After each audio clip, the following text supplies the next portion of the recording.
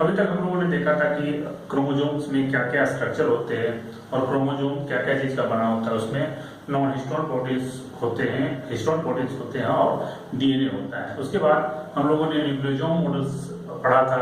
Nucleosome models में क्या क्या होता है वो हम लोगों ने पढ़ा था। और अगर उसी से रिलेटेड क्वेश्चन भी हम लोगों ने करा था कि अगर नंबर ऑफ न्यूक्लियोसोम पूछ दे तो कैसे हम कैलकुलेट करेंगे। सारे डीएनए का हमें पता है कि टोटल डीएनए कितना होता है, उसमें कितने बेस पेयर्स होते हैं, उसके बेसिस पे हम कैलकुलेट कर सकते हैं कि एक न्यूक्लियोसोम में अगर 200 बेस पेयर है तो हम कैलकुलेट कर सकते हैं कि टोटल कितने न्यूक्लियोसोम हो सकते हैं हमारे टोटल क्रोमोसोम्स में। तो ये तो बात हो गई, लेकिन जो सबसे मेन क्रिटिकल या क्रूशियल रिसर्च या डिस्कवरी थी वो ये थी कि डीएनए क्या किसी भी ऑर्गेनिजम्स में या मोस्ट ऑफ ऑर्गेनिजम्स में कौन सा मटेरियल या तो प्रोटीन या तो डीएनए या आरएनए, यही दो तीन चीज मिल रहा था। ज्यादातर साइंटिस्ट जब उसको निकाल रहे थे तो ज्यादातर लोगों को या तो न्यूक्लिक एसिड मिल रहा था या प्रोटीन मिल रहा था। लेकिन जब तक ट्रांसफॉर्मेशन एक्सपेरिमेंट नहीं हुआ था उसके पहले लोग यही समझते थे चूंकि किसी भी सेल में सबसे ज्यादा प्रोटीन मिलता था तो लोग यही समझते थे कि जो प्रोटीन है वही जेनेटिक मटेरियल है, वही क्या करता है इंफॉर्मेशन को one generation to other generation क्या करता है वो कैरी करता है। लेकिन जब ट्रांसफॉर्मेशन एक्सपेरिमेंट शुरुआत हुई, ट्रांसफॉर्मेशन एक्सपेरिमेंट कंटिन्यू हुआ, तब जाके ये प्रूफ हुआ कि नहीं डीएनए ही जेनेटिक मटेरियल होता है, ना कि आरएनए और ना ही प्रोटीन। मोस्ट ऑफ ऑर्गेनिजम्स की बात करें, कुछ ऑर्गेनिजम्स में ये भी देखा गया कि आरएनए जेनेटिक मटेरियल होता है, लेकिन प्रोटीन कहीं भी ये नहीं प्रूफ हो पाया कि प्रोटीन जेनेटिक मटेरियल होता है। यानी जेनेटिक मटेरियल हम उसको बोलते हैं जो सारा information the genetic material that carry the genetic information from one generation to another generation, that is called the genetic material। तो बात करें ट्रांसफॉर्मेशन एक्सपेरिमेंट का, तो ट्रांसफॉर्मेशन एक्सपेरिमेंट के द्वारा ये प्रूफ किया गया कि जो डीएनए होता है किसी भी सेल में वही जो इंफॉर्मेशन होता है one generation to another generation क्या करता है कैरी करता है। तो डीएनए जेनेटिक मटेरियल को सबसे पहले परफॉर्म करने वाले थे या परफॉर्म किया गया, इसको एक्सपेरिमेंटली प्रूव करने की कोशिश की गई और वो एक्सपेरिमेंट हुआ है। वो एक्सपेरिमेंट का नाम था ट्रांसफॉर्मेशन एक्सपेरिमेंट। ट्रांसफॉर्मेशन एक्सपेरिमेंट में ये देखा गया कि नाम से ही वाकिफ है, ट्रांसफॉर्मेशन मतलब one form to another form is called transformation. ठीक है, तो ये एक्सपेरिमेंट सबसे पहले परफॉर्म करने वाले साइंटिस्ट का नाम था फ्रेडरिक ग्रिफिथ 1928। इन्होंने सबसे पहले फ्रेडरिक ग्रिफिथ ने क्या किया था 1928 में इस एक्सपेरिमेंट को परफॉर्म करके दिखाया था कि क्या क्या होता है। ध्यान रखना, यहां से क्वेश्चन प्रायः पूछे जाते हैं। परफॉर्म्ड बाय फर्स्ट साइंटिस्ट जो थे वो ट्रांसफॉर्मेशन एक्सपेरिमेंट को परफॉर्म करने वाले जो थे वो करके दिखाने वाले साइंटिस्ट का नाम था क्या फ्रेडरिक ग्रिफिथ। पहला क्वेश्चन यही से पूछेगा परफॉर्म हुआ है, और परफॉर्म का मतलब प्रूफ नहीं होता है, प्रूफ कोई और साइंटिस्ट ने किया था। इन्होंने क्या किया था इसके बाद, क्योंकि पहली बार इन्होंने ही इस एक्सपेरिमेंट को करके देखा था, लेकिन कुछ इनके काम में कुछ कमियां रह गई, प्रूफ नहीं कर पाए, जो कि बाद में साइंटिस्ट ने प्रूफ किया तो उनको उसकी क्रेडिट दी गई। किसकी? प्रूव्ड बाय अदर साइंटिस्ट, लेकिन परफॉर्म बाय फ्रेडरिक ग्रिफिथ। और इन्होंने जो बैक्टीरिया चूज किया था जिसपे इन्होंने ट्रांसफॉर्मेशन एक्सपेरिमेंट परफॉर्म करवाया था, उस बैक्टीरिया का नाम था न्यूमोकोकस, या इसी को बोलते हैं डिप्लोकोकस निमोनिया। ये बैक्टीरिया क्या करता था? निमोनिया कॉज करता था, और ये इसी पे इन्होंने क्या किया? एक्सपेरिमेंट किया। जब ये बैक्टीरिया को इन्होंने आइसोलेट करके कल्चर किया, कल्चर एक प्लेट में किया जाता है, वहां पे बैक्टीरिया को ग्रो कराया जाता है, that is called culture plate. जहां पे तो वहां से उन्होंने टू टाइप ऑफ क्या किया? स्ट्रेन वहां से आइसोलेट किया। दो टाइप का बैक्टीरिया कह सकते हैं उसको, आइसोलेट किया।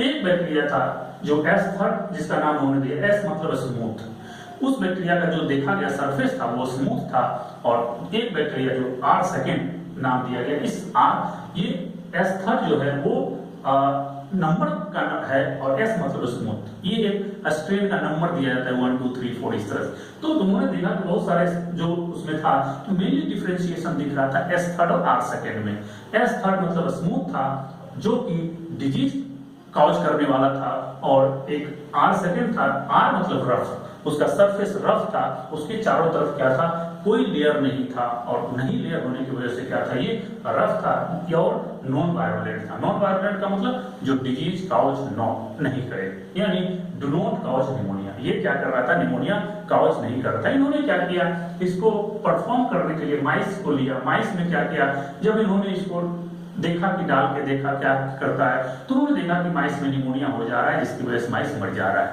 इसीलिए और जब इन्होंने इसको स्ट्रक्चरली इसको देखा तो इस तरह का इसका स्ट्रक्चर था।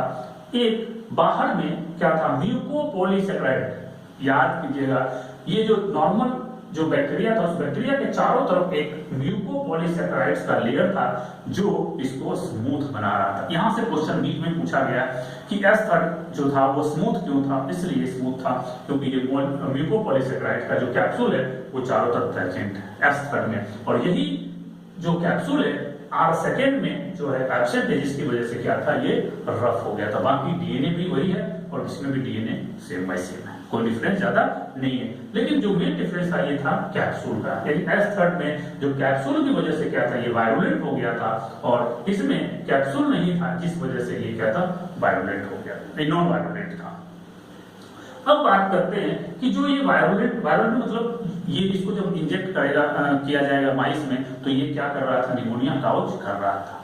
तो अब इसको इन्होंने क्या किया था, एक सिंपल एक्सपेरिमेंट के थ्रू ये समझाने की कोशिश की कि कैसे कैसे जो ये जेनेटिक मटेरियल्स है वो माइस में क्या क्या करता है। यानी कहने का मतलब ये R सेकेंड और S3 कैसे कैसे निमोनिया काउच करता है और किस सिचुएशन में निमोनिया काउच माइस में नहीं करता है। तो इन्होंने क्या किया, इस एक्सपेरिमेंट को प्रूव करने के लिए उन्होंने 4 प्रोसीजर या 4 स्टेप फॉलो किया।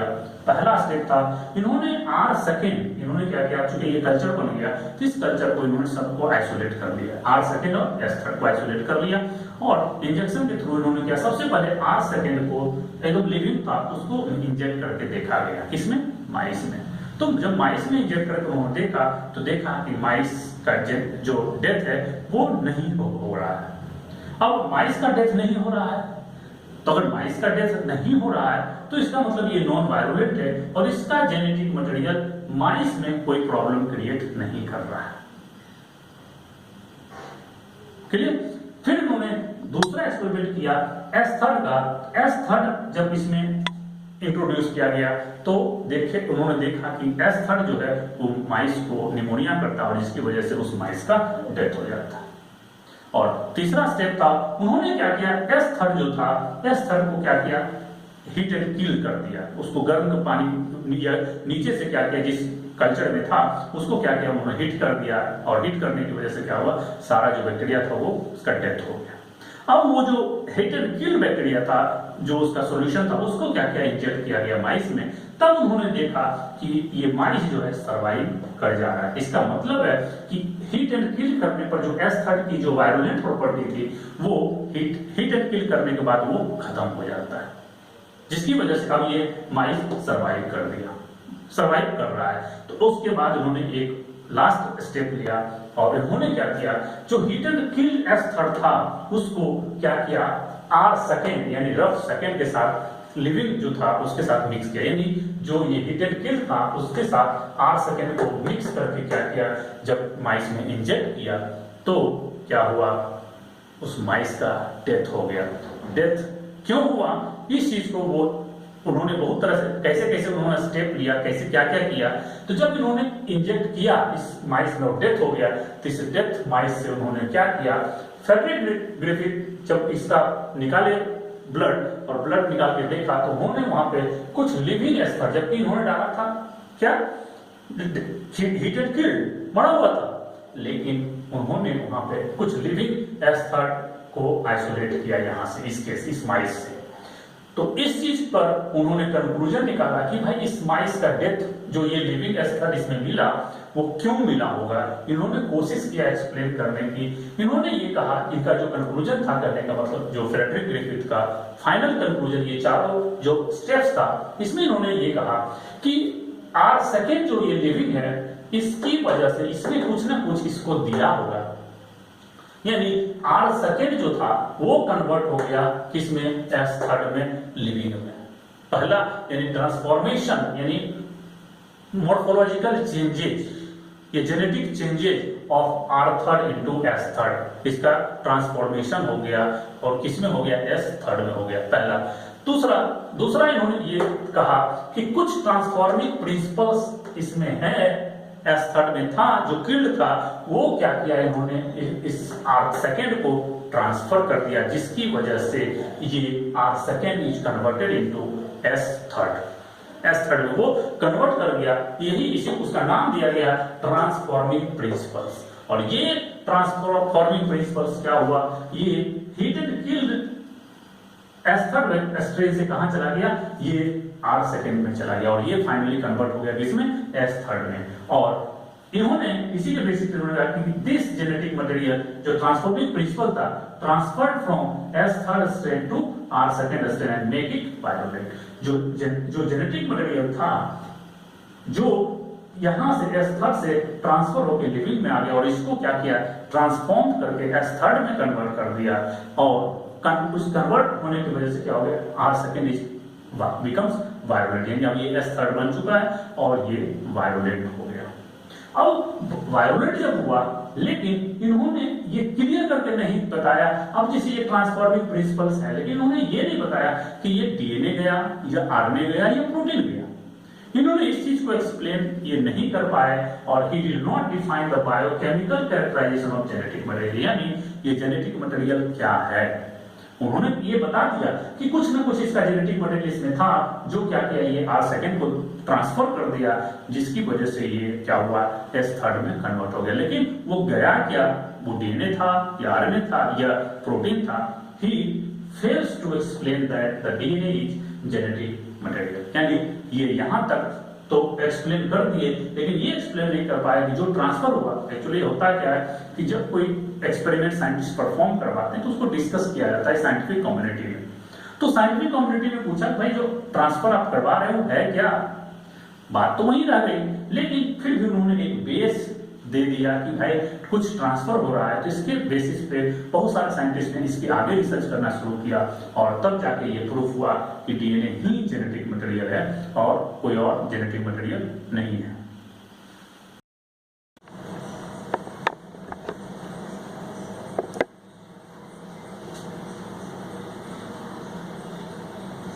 तो हम लोगों ने देखा कि ट्रांसफॉर्मेशन जो एक्सपेरिमेंट था या प्रिंसिपल्स था वो परफॉर्म करने वाले साइंटिस्ट का नाम था फ्रेडरिक लिपिड, 1928 में उन्होंने किया था, लेकिन वो फाइनली एक्सप्लेन नहीं कर पाए कि वो डीएनए या प्रोटीन या आरएनए क्या जेनेटिक मटेरियल है जो एस थर्ड का आर सेकेंड में जाता है, उसको आर सेकेंड को एस थर्ड में कन्वर्ट कर देता है, यानी नॉन वायोलेंट को वायोलेंट में कन्वर्ट कर देता है। वो एक्सप्लेन नहीं कर पाए, इसलिए उनको ये क्रेडिट नहीं जाता है।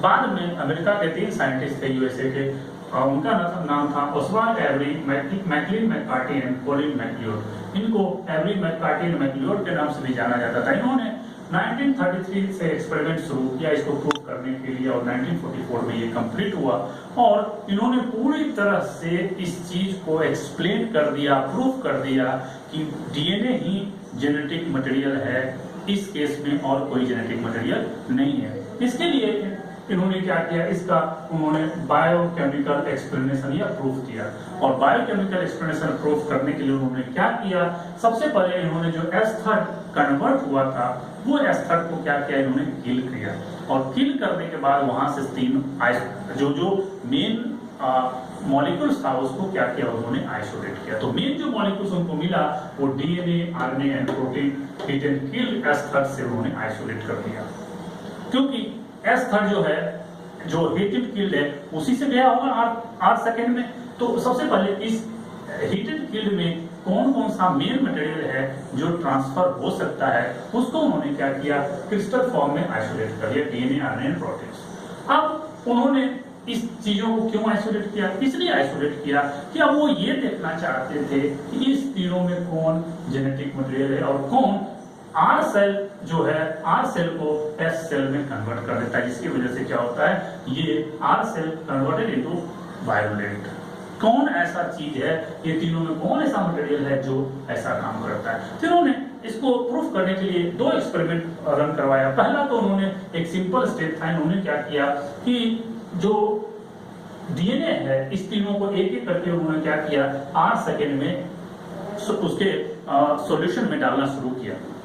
उन्होंने क्या किया, अब सबसे पहले डीएनए और 8 सेकेंड को जो लिविंग था और डीएनए जो आइसोलेट किया गया था S3 से, उसको मिक्स करके देखा और मिक्स करके उसको माइस में उन्होंने डाला। जैसे उन्होंने डाला तो वहां पे माइस का डेथ हो गया। बाकी आरएनए और प्रोटीन के केस में जब मिक्स करके उन्होंने डाला तो माइस का डेथ नहीं। ये प्रूफ करता है कि यही डीएनए है जो 8 सेकेंड के डीएनए में जाके मिक्स कर जाता है और जिसकी वजह से 8 सेकेंड का ट्रांसफॉर्मेशन S3 में यानी नॉन वायरुलेंट का ट्रांसफॉर्मेशन वायरुलेंट में हो जाता है। उसके लिए एक और एक्सपेरिमेंट उन्होंने प्रूफ किया। एक तो ये प्रूफ था, दूसरा प्रूफ करने के लिए उन्होंने क्या किया कि उन्होंने कुछ एंजाइमेटिक ट्रीटमेंट लिया। एंजाइमेटिक ट्रीटमेंट में जैसे अगर प्रोटीन को डाइजेस्ट करना है तो प्रोटीनेज एंजाइम यूज करें, आरएनए को डाइजेस्ट करना है तो आरएनएज एंजाइम लीजिए, और अगर डीएनए एंजाइम यूज करेंगे तो वो डीएनए को डाइजेस्ट करें। ठीक है, तो अब उन्होंने क्या किया, सबसे पहले S3 जो था, S3 को उन्होंने क्या किया, प्रोटीनेज एंजाइम से ट्रीट कर दिया। इसके सॉल्यूशन में प्रोटीन एंजाइम डाल दिया, जिसकी वजह से इस S3 में जितना भी प्रोटीन पार्ट था S3 का, उसको प्रोटीनेज एंजाइम ने डाइजेस्ट कर दिया। अब इसमें सिर्फ बचा डीएनए या आरएनए। प्रोटीन खत्म हो गया, और प्रोटीन अगर खत्म हो गया तो अब इसको क्या किया इन्होंने 8 सेकेंड के साथ, अब ये जो प्रोटीनेज ट्रीटेड जो सॉल्यूशन था इसका S3 का, उसको क्या किया 8 सेकेंड के साथ मिक्स कर दिया, और जब ये माइस में इंजेक्ट किया गया तो माइस का डेथ हो गया। इसका मतलब हम प्रोटीन खत्म भी कर दे रहे हैं फिर भी माइस का डेथ हो रहा है। इसका मतलब प्रोटीन ना होकर के जेनेटिक मटेरियल कुछ और है।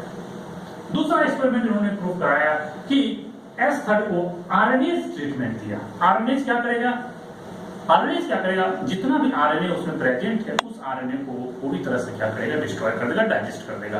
अब डाइजेस्ट जब कर देगा तो उसमें बचेगा क्या, डीएनए और प्रोटीन। तो जब ये आरएनए से ट्रीटमेंट दिया गया फिर भी, और उसके बाद इसको मिक्स किया गया S3 को 8 सेकेंड के साथ, लेकिन फिर भी माइस का डेथ हो गया। इसका मतलब है कि आरएनए जेनेटिक मटेरियल नहीं है। अगर आरएनए जेनेटिक मटेरियल होता तो आरएनए तो हम खत्म कर दिए, तो आरएनए अब इसमें ट्रांसफॉर्मेशन नहीं करेगा और ये माइस का डेथ नहीं होता। इसका मतलब ये एक्सपेरिमेंट ये प्रूव करता है कि आरएनए जेनेटिक मटेरियल नहीं है। लेकिन तीसरा एक्सपेरिमेंट में जब उन्होंने डीएनए एंजाइम से ट्रीटमेंट दिया इस S3 को, और उसके बाद इसको मिक्स किया किसके साथ, 8 सेकेंड के साथ, जो लिविंग था। अब ये इसमें चूंकि डीएनए पूरी तरह से डाइजेस्ट हो गया, डीएनए खत्म हो गया, आरएनए और प्रोटीन बचा, तो ये माइस सरवाइव कर रहा है। इसका मतलब है यही डीएनए जो था इस 2 केस में वो क्या कर रहा था, उसको ट्रांसफॉर्म कर दे रहा था, ना कि आरएनए या प्रोटीन। तो ये दोनों एक्सपेरिमेंट के बेसिस पे जो एवरी मैककार्टी मैक्लियोड ने दिया था, उन्होंने ये पूरी तरह से प्रूफ कर दिया कि जो जेनेटिक मटेरियल है वो डीएनए है, ना कि आरएनए है। तो यहाँ पे कुछ ध्यान देने वाली बात है, जैसे अगर कोई भी एंजाइम अगर होता है तो उसके आगे डीएनए लगाया जाता है, लेकिन यही वर्ड अगर हम डीएनए इस तरह से लगाएं तो ये क्या है, प्लूरल फॉर्म है, प्लूरल, और ये क्या है, एंजाइम्स। ठीक है, तो लिखा कैसे जाता है, ध्यान, इस तरह से नहीं लिखना है, इस तरह से लिखेंगे तो क्या होगा, वो गड़बड़ हो जाएगा। तो इस एक्सपेरिमेंट के बेसिस पे उन्होंने ये प्रूफ कर दिया कि